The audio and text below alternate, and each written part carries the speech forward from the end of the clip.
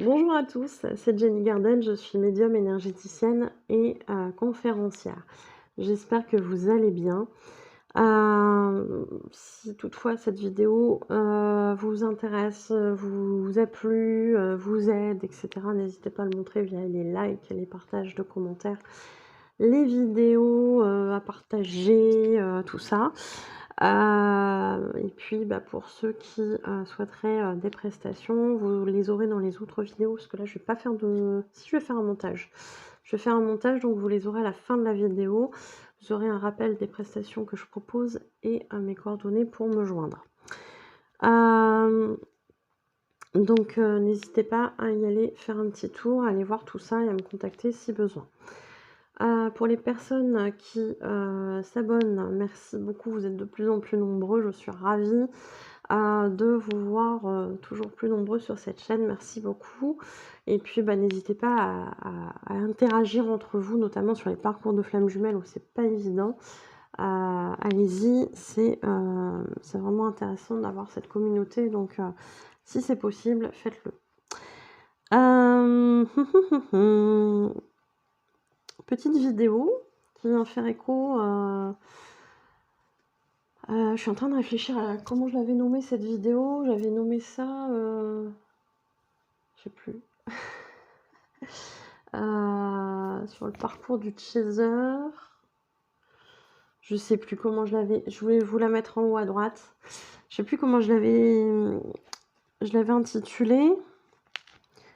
Mais petite vidéo qui vient faire écho à mon témoignage en tant que chaser sur certaines choses. Pas sur tout, mais parce que ça prendrait du temps, mais en tout cas sur certains points, certaines prises de conscience. Peut-être j'avais mis comme ça, prise de conscience d'une chaser, je sais plus comment, voilà, un truc comme ça, voilà. Bon, je vous la mettrai en haut à droite. Donc ça vient faire écho à cette vidéo. Le chaser peut-il être en déni? C'est le titre de cette vidéo. On a tendance à parler du déni du runner. Qui se concrétise parce que il va savoir, le runner va savoir, va sentir au fond de lui qu'il y a un lien avec vous, son chaser, mais pour plein de raisons, il va finir par s'auto-saboter. Oui, il y a de l'auto-sabotage là-dedans, et s'auto-convaincre que en fait, vous n'êtes pas quelqu'un pour lui, ou qu'il est pas assez bien pour vous, ou que y a trop d'obstacles que vous n'arriverez pas mutuellement à dépasser, etc., etc. Donc finalement, c'est très bien s'il n'y a pas de relation avec mon chaser. En tout cas, pas une relation de couple. Donc il sait l'importance que vous avez, il le ressent dans ses tripes, comme le chaser, mais pour plusieurs raisons, il décidera de ne pas y aller et de faire comme si en fait, cet aspect-là de cet amour qu'il ressent pour vous n'existe pas. Il va tenter, hein. Il va tenter de se convaincre. Peut-être qu'à un moment donné, il y croira à ses propres mensonges. Je pense que c'est même le cas sur une certaine période. Mais pourtant, vous allez toujours revenir à lui. C'est trop souffrant. C'est trop souffrant de savoir qu'on a cette personne dans notre vie, mais qu'on ne peut pas s'engager dans cette relation pour diverses raisons. Et encore là, je vous ai donné quelques motifs, mais il peut y avoir une infinité de motifs qui existent. Mais ça va être les principaux. Il y a la peur de l'engagement aussi, enfin, la peur de perdre sa liberté. Parce que c'est vrai qu'en début de parcours, le chaser il est assez contrôlant, c'est compliqué pour le runner de sentir ça. Il va y avoir plein de choses. Plein de fausses excuses, entre guillemets. Mais le runner va se complaire là-dedans parce que à ce moment-là du parcours, il n'a pas encore guéri ses blessures, il est toujours dans son faux self, etc. Donc, en gros, même s'il ressent des choses, il va bien les enfouir à l'intérieur de lui, mettre ça dans une armoire qu'il va fermer à double, triple, quadruple tour, ou je ne sais combien de tours il veut faire. Il va dire ça n'existe pas. Voilà. Tout en ayant parfois encore des comportements ambigus vis-à-vis de son chaser, mais ça c'est un autre sujet. Est-ce que ce phénomène existe chez le chaser? Je dirais que oui, d'une certaine façon, parce que, bah, là encore, vous irez voir cette vidéo sur, mon témoignage. Hem, le chaser, sur le parcours, ne sera pas dans le déni du lien. Jamais vous entendrez un chaser, pardon, dire: «Mais en fait, c'est pas mon jumeau». Alors si, on peut avoir des doutes, mais ça dure jamais très longtemps. Et en fait, jamais vous n'entendrez dire: «Ce n'est pas mon jumeau». On n'est pas dans un parcours de flamme jumelle, voilà. Sauf période, très souffrante où voilà, ça va durer, quelques heures, quelques jours et puis après on y reviendra. Mais, jamais vous entendrez un déni sur cette partie-là du parcours du chaser. Le chaser, tout au long du parcours, on va l'encourager à travailler sur lui, sur la guérison de ses blessures, pour avancer dans le parcours, puisque c'est lui, entre guillemets, qui est la locomotive du duo. Si lui n'avance pas, le runner n'avancera pas. À plusieurs reprises, on va lui amener du coup des souffrances, des blessures qu'on va raviver, qu'on va lui faire revivre, etc. Et à chaque fois, on va lui expliquer qu'il va falloir qu'il arrive à la complétude s'il souhaite à un moment donné une réunion. Alors, c'est au début la carotte. Une fois qu'on est en complétude, ça devient autre chose puisque c'est plus du tout le but du parcours pour le chaser. On est arrivé en complétude, on est bien, on n'a pas forcément envie de repartir dans le parcours tel qu'on l'a connu, mais voilà, on finit par arriver à cette phase de parcours, même si en tout début de parcours, c'est compliqué. On n'imagine pas que c'est possible. Et pourtant, on finit par y arriver. Ça va être le but du chaser, c'est d'arriver à cette période-là, cette période de complétude où on est bien, on vit bien, on n'est pas forcément en contact avec son runner et c'est pas un drame et ça amène pas de souffrance et on n'a plus d'attente vis-à-vis de lui, etc., etc. Alors lui ou elle, hein, parce que vous adaptez en fonction de votre situation, mais c'est vrai que la généralité, c'est quand même les runners des hommes. Je parle pas très bien français. La plupart des cas que je rencontre, ce sont souvent des hommes qui sont runners. Voilà. Donc, c'est plus facile pour moi de mettre ça dans cette transposition-là. Ça parlera à plus de personnes, mais si vous êtes chaser homme et que votre runneuse, enfin votre runner est une femme, voilà, vous adaptez, hein. Et en fait,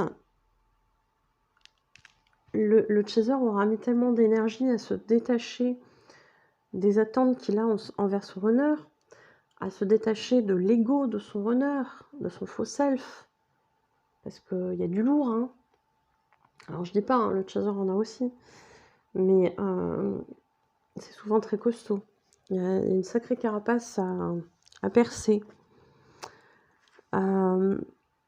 Et en fait, le chaser va mettre tellement d'énergie à arriver à ce stade-là que, oui, ça devient un but pour lui. Et que, bah, après la réunion, si elle se fait pas, ben, finalement, c'est pas grave. C'est plus une attente.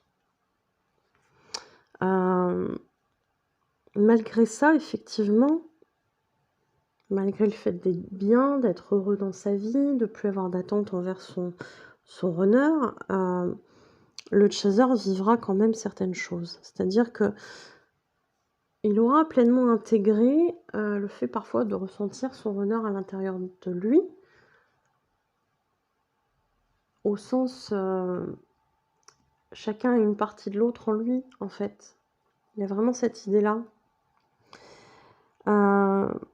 Et que, bah, cette relation en 5D avec, parfois de la télépathie, parfois, le côté «je te ressens à côté de moi», bah, lui satisfait pleinement, en fait. Il y a pas besoin de la personne dans le physique.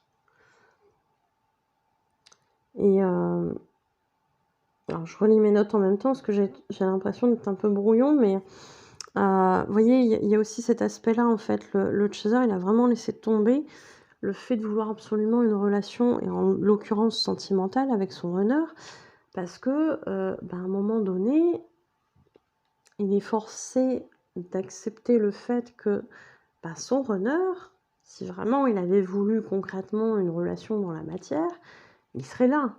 Il l'est pas. Il a préféré, entre guillemets, aller se réfugier avec une tierce qui, potentiellement est toxique, hein, c'est le parcours aussi Runner, à différentes intensités bien évidemment, mais il a fait ce choix-là. Donc concrètement, est-ce que c'est judicieux pour un chaser qui a avancé sur lui de se dire: «Je continue à mettre de l'énergie dans une relation qui actuellement n'existe pas, avec quelqu'un qui préfère être dans des comportements toxiques?» C'est pas le but là, hein, on est d'accord. Alors sans jugement, hein, le chaser aura eu aussi ses relations toxiques, dans le passé. Il y a pas de souci là-dessus. Mais de ce moment-là du parcours, le chaser mérite mieux que quelqu'un qui va dans des comportements toxiques, clairement. Donc si vous êtes arrivé là, bravo. Si vous n'y êtes pas encore arrivé et que vous vous dirigez, bravo, continuez. Si vous n'y êtes pas du tout, c'est continuer votre travail. Continuez votre travail parce que ça veut dire qu'il y a peut-être encore de la dépendance affective. Et là encore, c'est pas du jugement, j'y suis passée aussi. Mais concrètement, voilà, quelqu'un qui est devenu sain, je dis bien qu'il est devenu. Je crois que j'ai mon chat qui fait des bêtises. Je vais aller voir ça. Ne peut pas se contenter de quelqu'un qui a encore des comportements toxiques. C'est complètement aberrant, absolument illogique. Donc effectivement, arrive un stade où l'option Runner, pour un chaser qui a bossé sur lui, c'est juste pas envisageable. Plus envisageable, c'est plus possible. Sauf quand ce runner aura travaillé, etc., qui sera devenu entre guillemets sain, plus sain que ce qu'il était, ce qui est le parcours aussi du chaser, hein, à un moment donné. Donc quand les deux se seront assainis, on va dire ça comme ça, dans leur schéma de fonctionnement, là, bon, effectivement, il pourra s'envisager quelque chose de plus sain. Encore faut-il que les deux le veuillent à ce moment-là.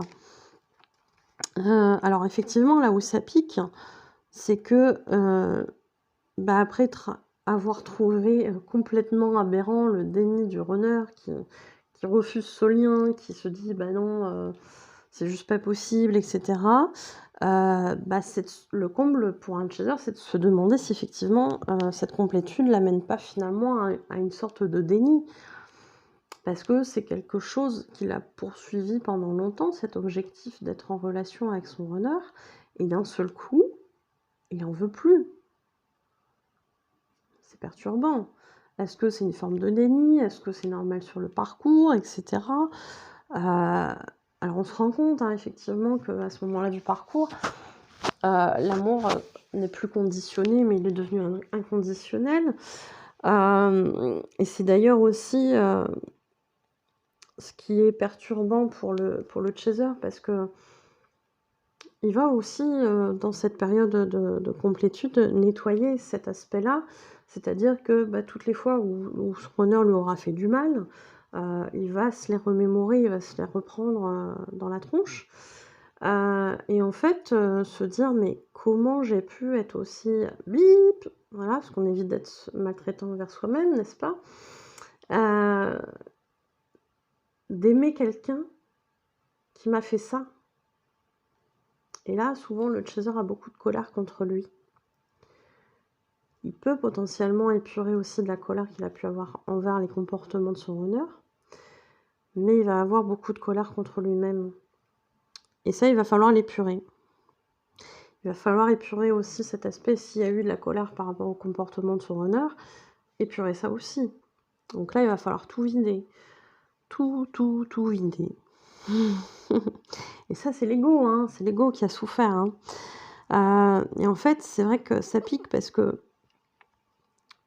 cette forme de déni, qu'est, la complétude, ou en tout cas, elle nous amène un peu vers ça, à mon sens.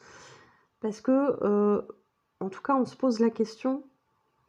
C'est-à-dire que, malgré, le fait d'être bien, le fait de sourire, de vivre à nouveau, de plus avoir de manque, par rapport à son runner, on va quand même avoir des choses qui nous ramènent à cette relation. C'est-à-dire que les synchronicités ne s'arrêtent pas pour autant.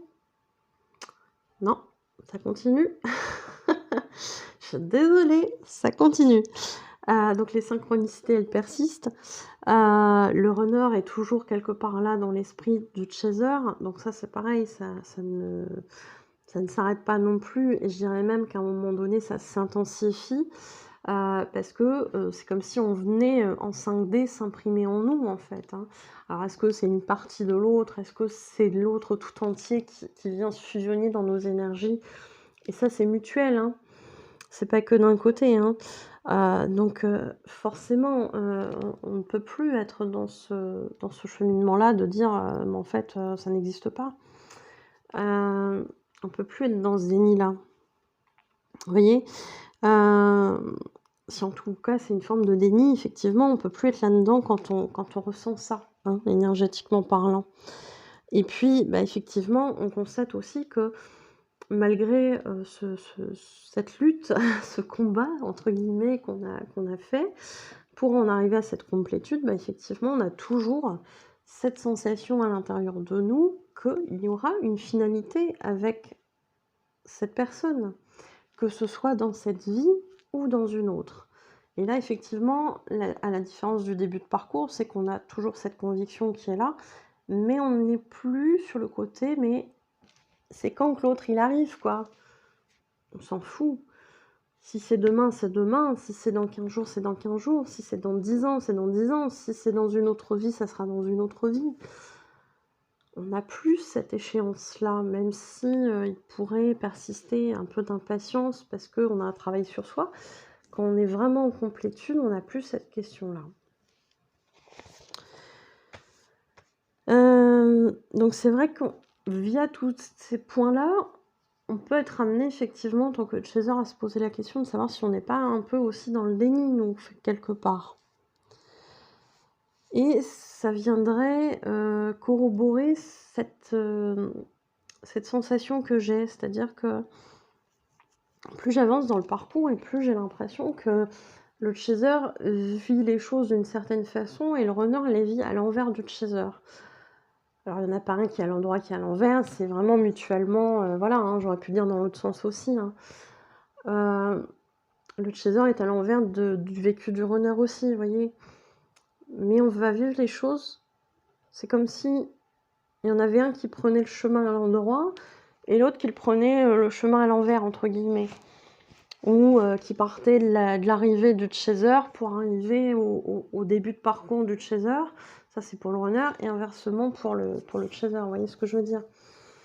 Donc il y a vraiment ce côté, bah, j'avais pris cette image-là, vous savez, c'est comme une ligne droite comme ça, il y en a un à chaque bout et en fait, ils se rejoignent au milieu. Alors moi, je vais plus le faire dans ce sens-là, clic, vous voyez?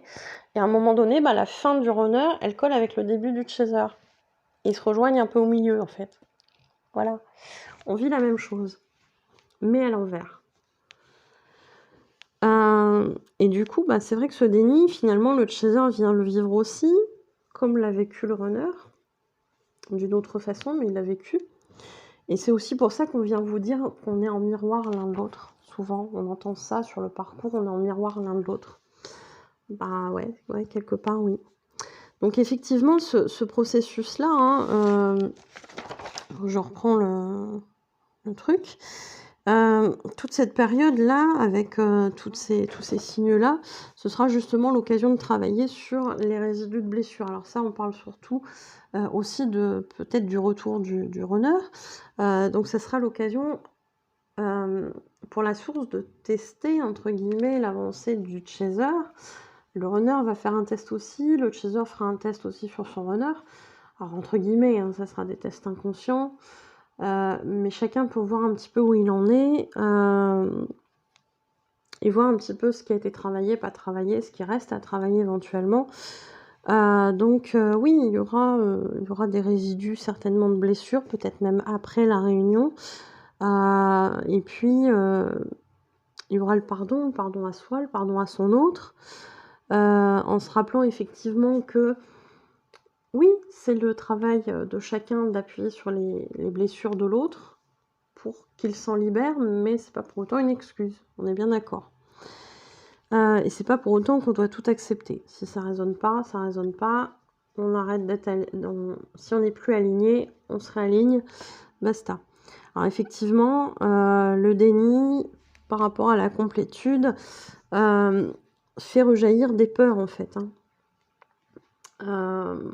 La peur du retour de son runner va faire effectivement, comment je pourrais dire ça plus clairement? Parce que là, je suis partie dans une construction de phrase qui veut qui veut pas dire grand-chose. Quand le runner va revenir vers son chaser, c'est logiquement quand le chaser est en complétude.